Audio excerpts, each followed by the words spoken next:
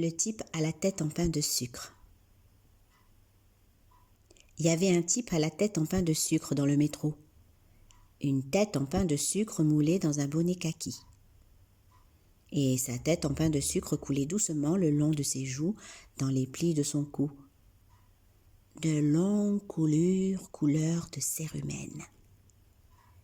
Et une petite fille à la coiffure afro répétait en boucle, en tirant la manche de sa mère, « Il y a le monsieur qui pleure, il y a le monsieur qui pleure ». Et ces mots tombaient en boucle aussi sur ses genoux comme de grosses pierres brillantes.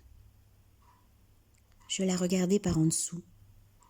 J'avais peur que ce ne soit la fille du conte, et que les pierres se transforment soudain hors de sa bouche en d'affreux serpents siffleurs, tout gluants, tout visqueux, et qu'ils se faufilent partout, par tous les trous.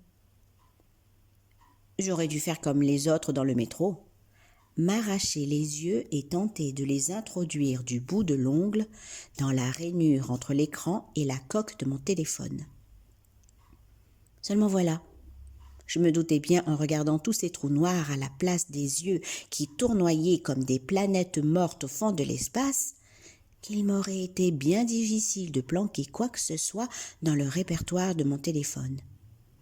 Et qu'une fois mes yeux arrachés, ils se faufileraient, tout gluant, tout visqueux, loin du reste de mon corps qui pirouetterait comme un poulet sans tête entre ici et nulle part.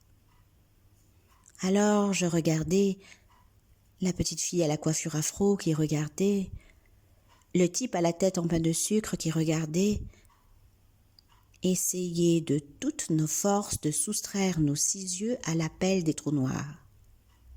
Elle, avec ses mots comme des pierres précieuses, moi, avec mes yeux tout gluants, tout visqueux dans mes orbites, lui, avec sa tête en pain de sucre dans son bonnet kaki, semé dans le métro des larmes à l'odeur de caramel.